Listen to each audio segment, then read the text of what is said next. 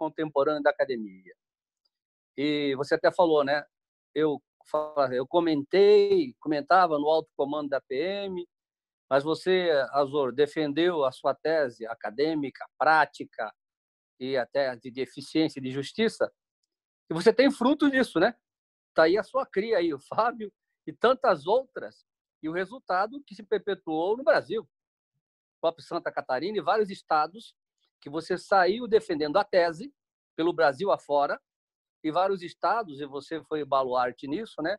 E nós temos que usar um princípio bíblico, Azor. Dai honra a quem tem honra.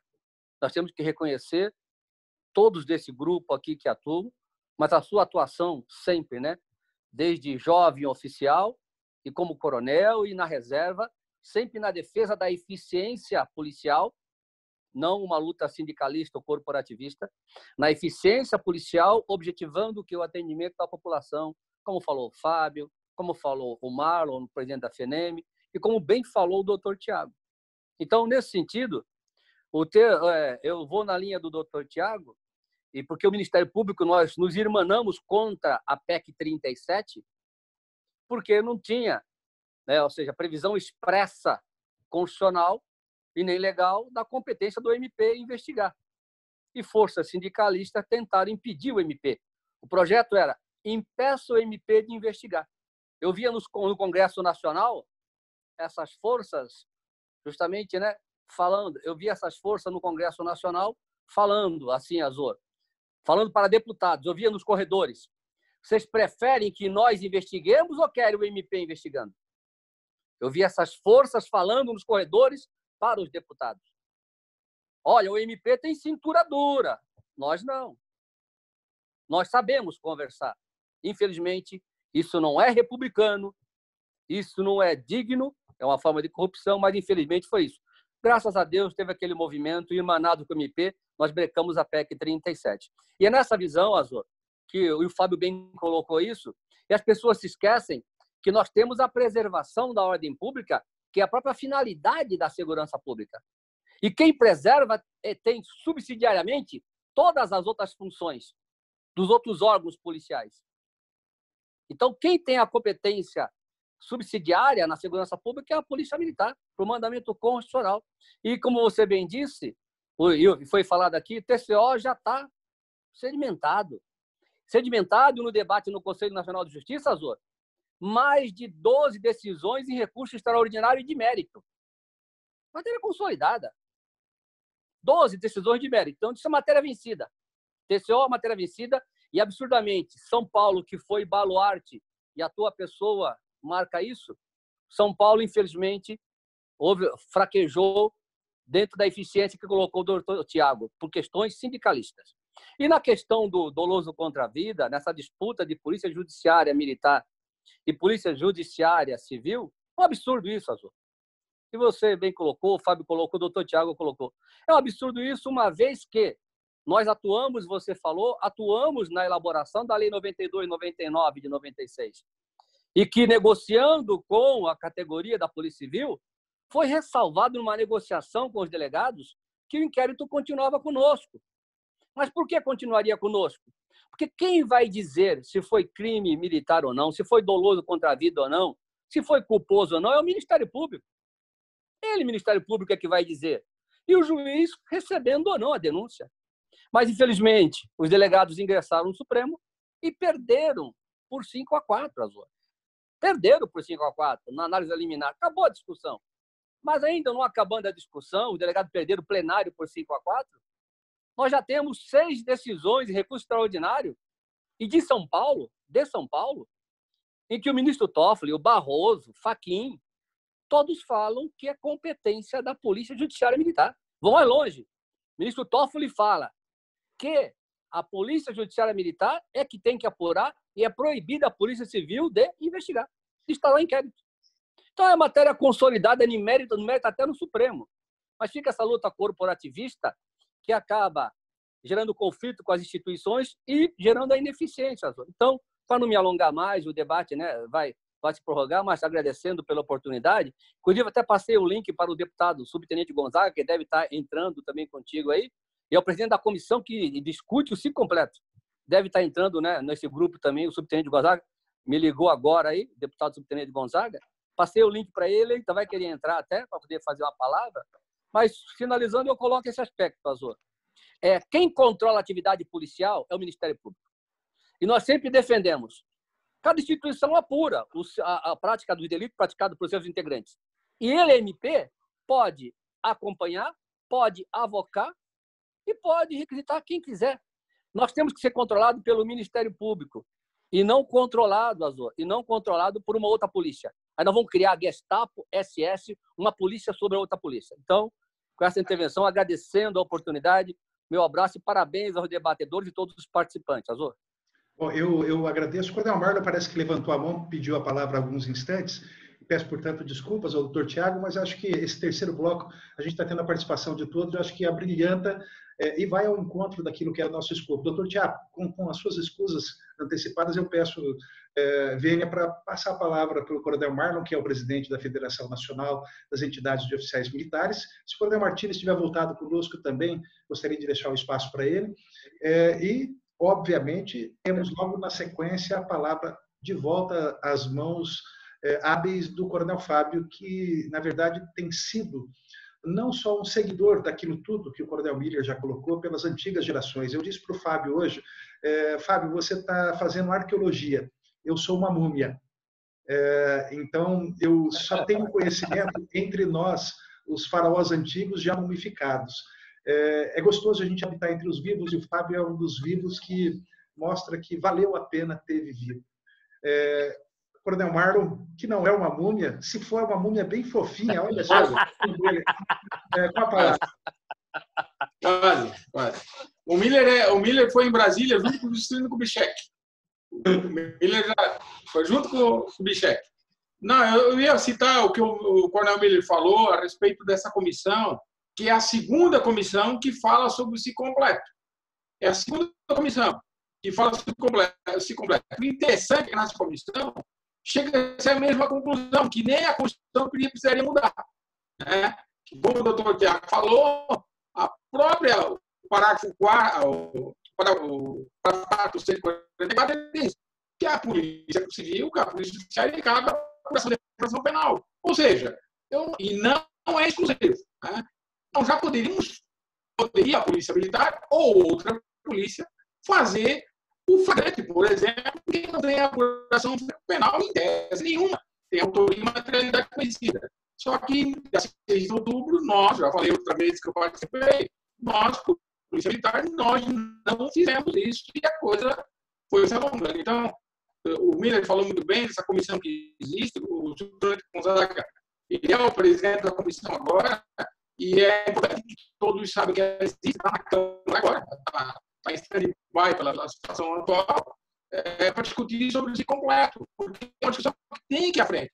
O doutor Tiago falava que há poucos países que não têm esse completo, não, é só o Brasil agora. São 3, agora é só o Brasil. Então, será que só o Brasil está certo? Né? São perguntas que se fazem, né? Se fazem, nós temos que conhecer. Mas é o mais importante, ver as outras pessoas no Instituto. Eu imagino que se esse debate começar com a gente mesmo, nós temos que saber, né? Temos que ter o conhecimento disso e provocar isso. Senão nós vamos, a vida toda, fazer a ponta final, né? A ponta final mal feita, podendo se antecipar questões.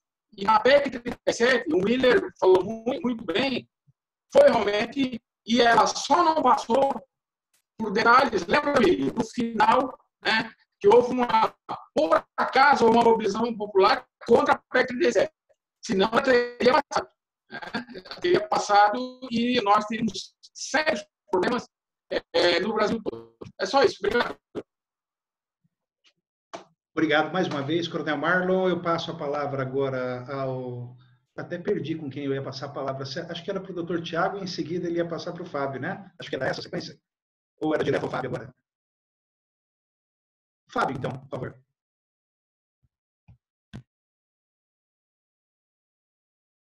Né? Eu só queria... A discussão está muito produtiva, né? Mas eu queria só pontuar. Até pela pertinência do tema, né, que é para a gente tratar de alguns cases aqui da nossa região, até para compartilhar com os demais rincões aí do Brasil, né? Desde há muito, mas agora retornei para o comando aqui da região de São José do Rio Preto há cerca de 3 meses, né? Nós passamos a exercer e a fazer a polícia judiciária plena em todos os casos, né? Em que o policial militar estivesse de serviço ou tivesse atuado em razão da função, diante da expansão que nós tivemos de atuação aí da Polícia Judiciária Militar e, consequentemente, da Justiça Militar, com a eclosão aí da Lei 13.491 de 2017. Né? Todos sabemos aqui que a lei ela passou a considerar crimes militares não só os previstos aí no Código Penal Militar, né? Mas também os previstos na legislação penal comum, né? E se nós levarmos em conta o artigo 9º, 2, a linha C, aqueles praticados pelo militar de serviço em razão da função. Diante disso, e vendo isso de uma forma cristalina, né? Como já foi pontuado, já havia sido discutido até a questão da constitucionalidade dessa atuação da Polícia Militar. Eu me senti bastante confortável, né, para que passasse a exigir que os oficiais que fazem a apuração, que trabalham nos plantões de Polícia Judiciária Militar, passassem a fazer, né, aquelas providências preliminares investigatórias, né, do inquérito policial militar no local dos fatos, inclusive com a apreensão, né, de todas as armas, objetos, né, produtos que faziam parte daquela determinada ocorrência, né?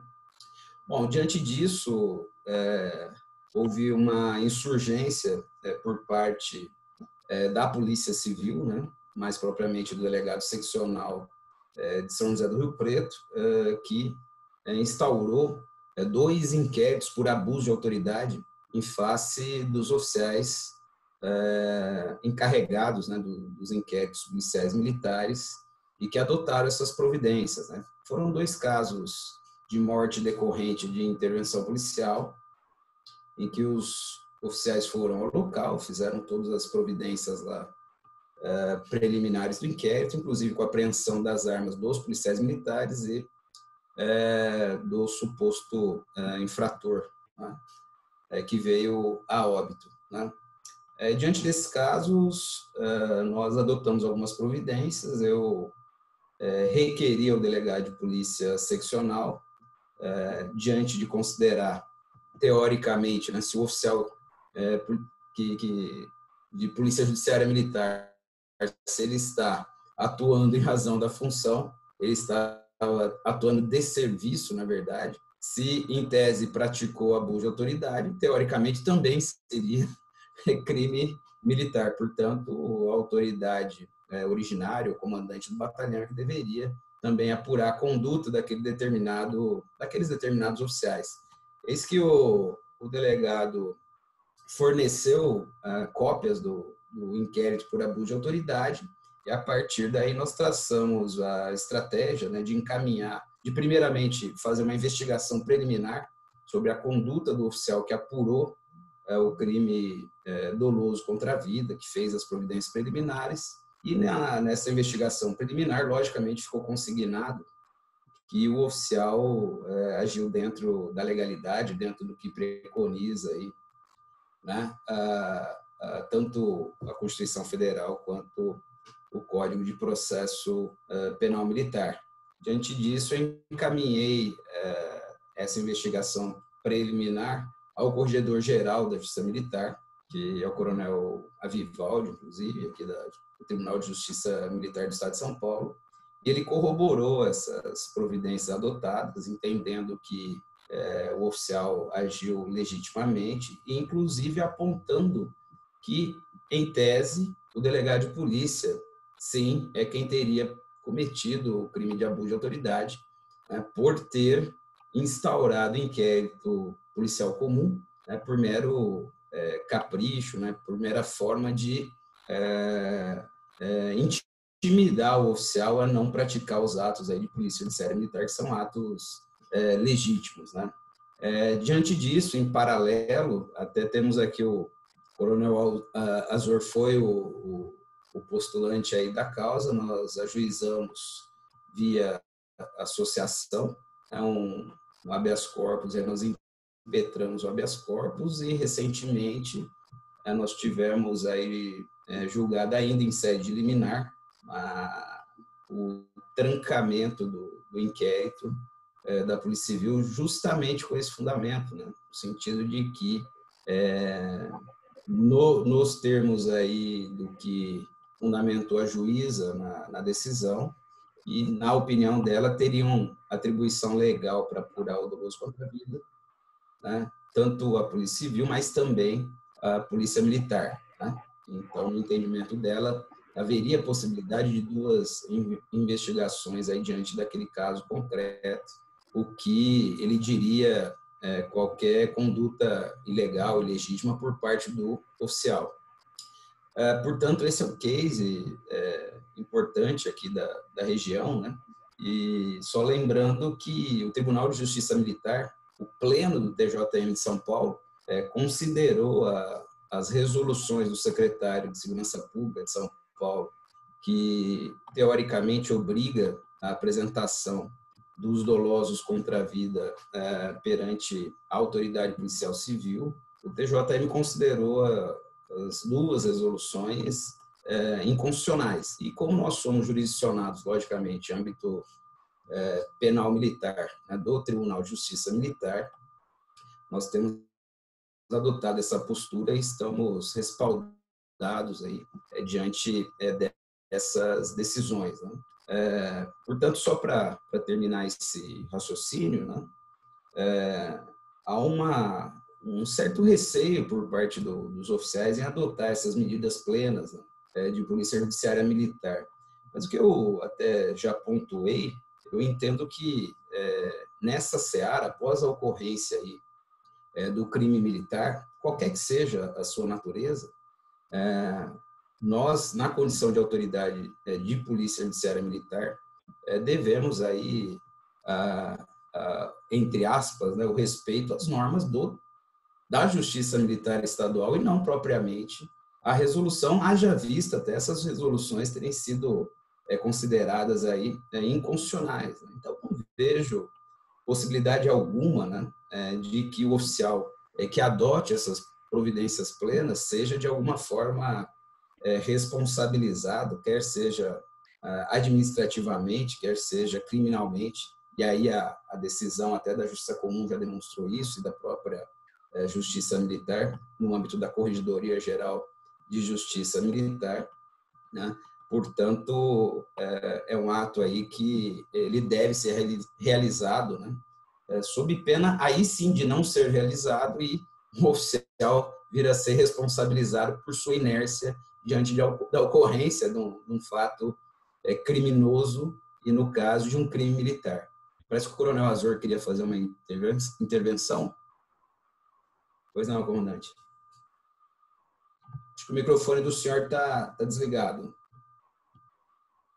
Sim, só para lembrar, até antecedendo a fala do Dr. Tiago, isso que você acabou de ressaltar e merece um destaque muito grave, o público ele está presente na Justiça Militar em todas as instâncias, tanto no campo das cortes estaduais, quanto das cortes federais e na Justiça Militar. A presença do Ministério Público é exatamente quem dá a garantia do cumprimento da ordem constitucional, porque esse é o papel do Ministério Público. E a reboque daquilo que também disse o Coronel Miller, nosso presidente da Defenda, é de se lembrar também que ao Ministério Público a Carta Maior deu o controle externo da atividade policial. Controle externo da atividade policial. Então, me parece assim surreal, para não dizer bairrista ou corporativista ou sindicalista, quando se vêem essas discussões acontecerem por uma briga que é absolutamente em nada republicano. Nada republicano.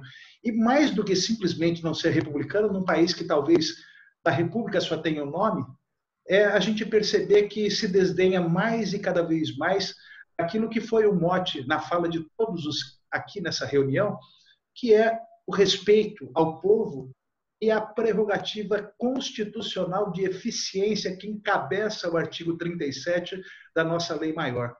Eficiência não é só um jargão para ser dito e prolatado por políticos em período de eleição. Eficiência passa a ser, por emenda constitucional, se não no texto inaugural da Carta de 88, passa a ser um princípio mandante da ação de todos os poderes da União, todos os poderes executivo, legislativo, judiciário e também Ministério Público. Na verdade, essa sinergia entre a coisa que é una, que é o Estado, por todas as expressões do seu poder, deveria ocorrer sem que houvesse, ainda que haja, as legítimas disputas corporativas. Mas, acima de tudo isso, Fábio, Tiago, senhores que vêm participando, é de se destacar, insisto e fecho. E, se me permitem, passo ao Fábio, que já repassa ao doutor Tiago, e em seguida a gente passa ao público para fazer as considerações. Mas eu gostaria de gravar, sem qualquer tom de adulação, a presença, ainda que magistral, do doutor Tiago, representando uma instituição forte, parceira, e uma instituição importantíssima. O Ministério Público está presente em todas as cortes de justiça, em todos os graus de jurisdição e mais. Por dicção constitucional, é uma instituição que goza da unicidade. Portanto, não há que se dizer, respeitado o ponto de vista e a independência funcional de cada um dos seus integrantes, a instituição é uma. Passo a palavra ao Fábio para o seu arremate, doutor Tiago, e peço que depois passem diretamente ao nosso público.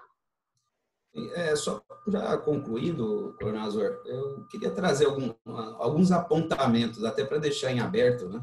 Porque é algo que a gente está começando a trabalhar academicamente. Né?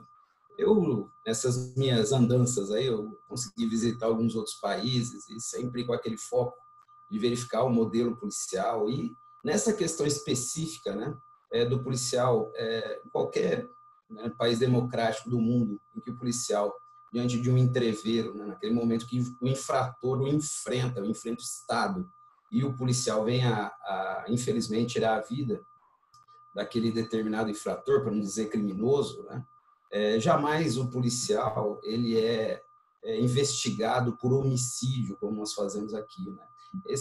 Isso é algo que eu estou começando a construir, e deixo até para discussão, né, porque eu não vejo... É lógico que existem exceções à regra, mas na regra, né, nós não podemos tomar como a exceção à regra. Né? Na verdade, e aí está o Tribunal do Júri para nos falar isso, a grande parte dos fatos que são levados ao júri, o policial é absolvido, inclusive. Né? Então, eu tenho condições acadêmicas de comprovar isso.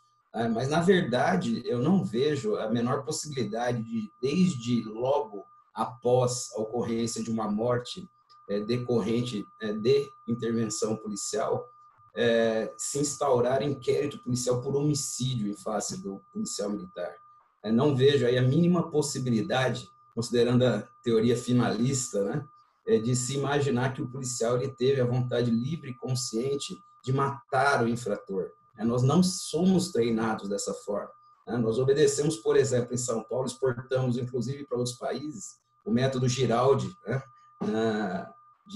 O treinamento de tiro nosso. Se a gente for ver os nossos manuais, em lugar algum se preconiza que nós devemos efetuar o disparo letal. E como, logicamente, o elemento subjetivo do tipo, e aqui não é aula de direito penal, né? Ele se demonstra pelos fatos externos, por vezes, porque tem a morte, nós imaginamos já a eventual possibilidade de que o policial ele tenha extrapolado da legítima defesa ou do estrito cumprimento do dever legal. Isso não é regra.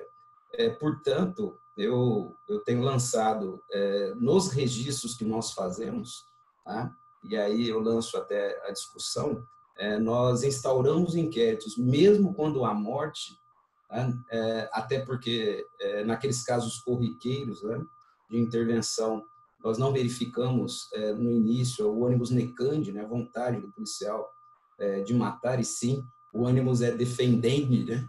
O ânimo de se defender ou defender a sociedade, tá? Nós instauramos, via de regra, o inquérito por lesão corporal seguido de morte, né? Até que se comprove ou a legítima defesa ou estrito cumprimento do dever legal. Isso também vai ao encontro, e já finalizando, né? Vai ao encontro do que alguns juristas aí defendem, né? Inclusive o nosso doutor Jorge César de Assis, o próprio doutor Ronaldo Roth, né, que é um estudioso do assunto, no sentido de que só devem ser encaminhados ao tribunal do júri, né, os crimes supostamente dolosos contra a vida, né? Então, se eu tenho desde o início ali uma conduta do policial, né, que se depara com um criminoso que pratica uma violência real contra ele, efetua um disparo contra ele, e o policial no revide vem a tirar a vida daquele determinado infrator, né? Eu não tenho crime doloso contra a vida, né? Portanto, esse caso ele não vai ser encaminhado aí para o tribunal do júri, e via de regra essa situação acaba sendo arquivada a requerimento do Ministério Público, como até já foi dito, né? E o Ministério Público que atua na Justiça Militar, como o Coronel Azor disse, né? Ele é membro de um único órgão, né? Então ele, pela teoria da unicidade, aí o doutor Tiago pode nos dizer melhor, se o promotor da Justiça Militar requer o arquivamento, num caso como esse, e o arquivamento é produzido, né? Os senhores vejam, na grande parte dos casos é isso que acontece, né? Nós não vamos ter sequer esse caso encaminhado ao júri, daí a desnecessidade absoluta de se considerar homicídio um policial que atua dessa forma. É lógico que, eu já vi que eu acho que o Coronel Azor quer fazer uma intervenção, né? Mas só para terminar, é lógico que há casos em que fica, pelos elementos externos da ação, claramente demonstrado a vontade livre e consciente do policial de matar, né? Então, nesse caso específico, aí se a necessidade, inclusive, da prisão em flagrante do policial militar, aí eu tenho um caso crasso, claro, né? De que eu posso ter um caso claro de que houve o ânimos necandi por parte do agente, por parte do policial militar. Mas esses casos são exceção à regra. Pois não, Coronel Azor? Na verdade, nós estamos com 7 minutos e 15 segundos para encerrar. Eu pediria só a gentileza, vou passar a palavra para o Dr. Fábio para fazer suas considerações conclusivas, e depois, estão logo feitas, eu peço a palavra de volta e peço àqueles que nos acompanham até o instante que no chat indiquem se querem fazer alguma pergunta para ter esse curto espaço de tempo para a gente pontuar alguma coisa. Mas, antecipadamente, agradeço a todos, especialmente aos nossos palestrantes, e, com a devida vênia, Fábio, eu passo a palavra ao Dr. Tiago. Bom, eu vou fazer também breves apontamentos em razão da observância do horário. Alguns apontamentos.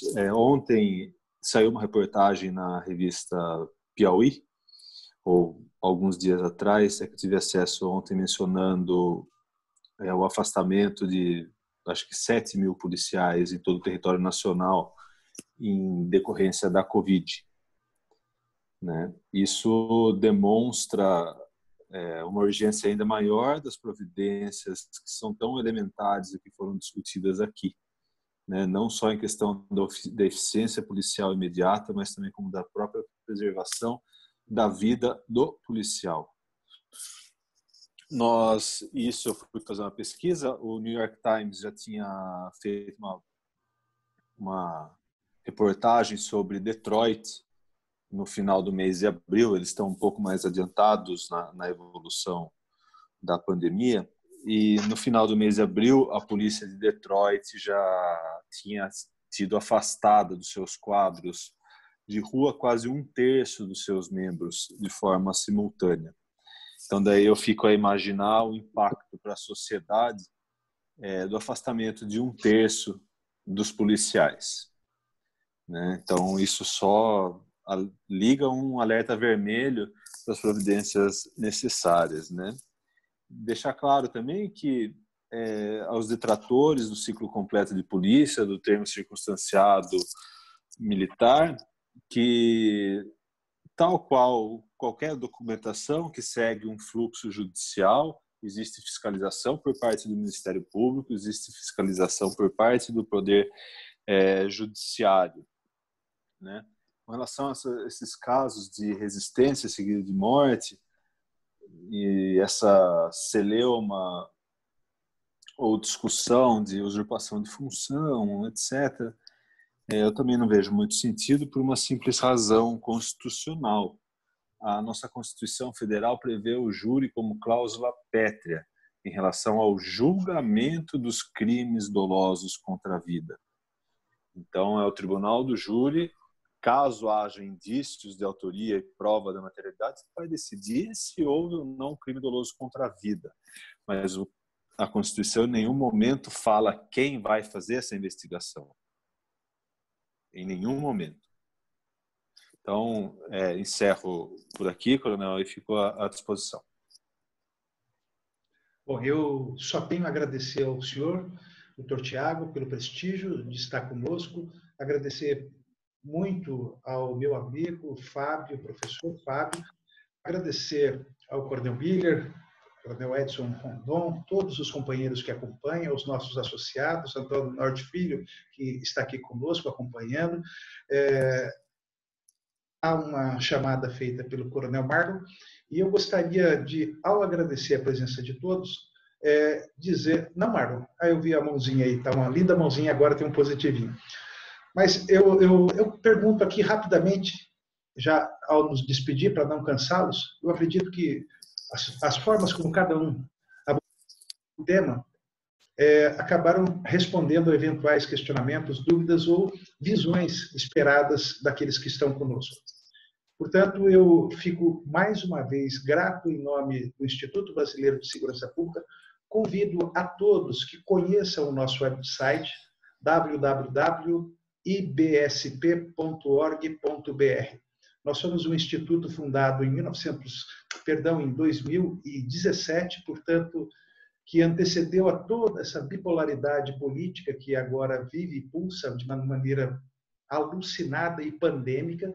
Nós pré-existimos a isso, nós chamamos a discussão da segurança pública para o cenário acadêmico, porque nele, no cenário acadêmico, a segurança pública foi sempre um tema de menor importância e acabou sendo o tema abduzido por estudiosos que não têm o domínio daquilo que é a razão de ser do poder do Estado, que é a lei. Podem até dizer que eu esteja com essa minha fala pontualmente, tentando trazer, como se diz, a sardinha para a nossa brasa, para a brasa do direito. Mas eu penso que não. Direito é uma ciência rica, uma ciência que se embebeda de outros ramos das ciências sociais aplicadas, das ciências humanas, e é o direito que acaba dando o tom da prosa. É o direito que normatiza o discurso político, as impressões sociológicas. Daí porque, então, é necessário que o direito ocupe um papel importante para ditar. E esse papel vinha sendo tomado nos debates de segurança pública, respeitosamente, por estudiosos que não têm expertise e não têm conhecimento das regras do jogo, das regras jurídicas. Então, nós vamos... Excelente. Alguém está com o microfone aberto. Então, o que nós costumamos ver é tomarem as rédeas dessa discussão pessoas que não têm conhecimento de causa, não só expertise, sequer acadêmico. Portanto, o Instituto Brasileiro de Segurança Pública apresenta-se há 3 anos como um espaço dessa discussão. Muito obrigado a todos. Conheçam o nosso trabalho no nosso website. Doutor Tiago, o tempo acaba. Muito obrigado ao senhor. Coronel Fábio, muito obrigado. Coronel Miller, Coronel... onde mais? Quem nós... Marlon, Coronel Sérgio, todos os colegas que estão, Nair Gordinho, que nos mandou pelo chat uma parabenização pelo evento. Muito obrigado. Obrigado a você, Nair, por estar conosco. A todos os colegas, Antônio Norte Filho, Fernando Ferrarese, todos, muito obrigado. Fiquem com Deus. Fiquem conosco. Obrigado.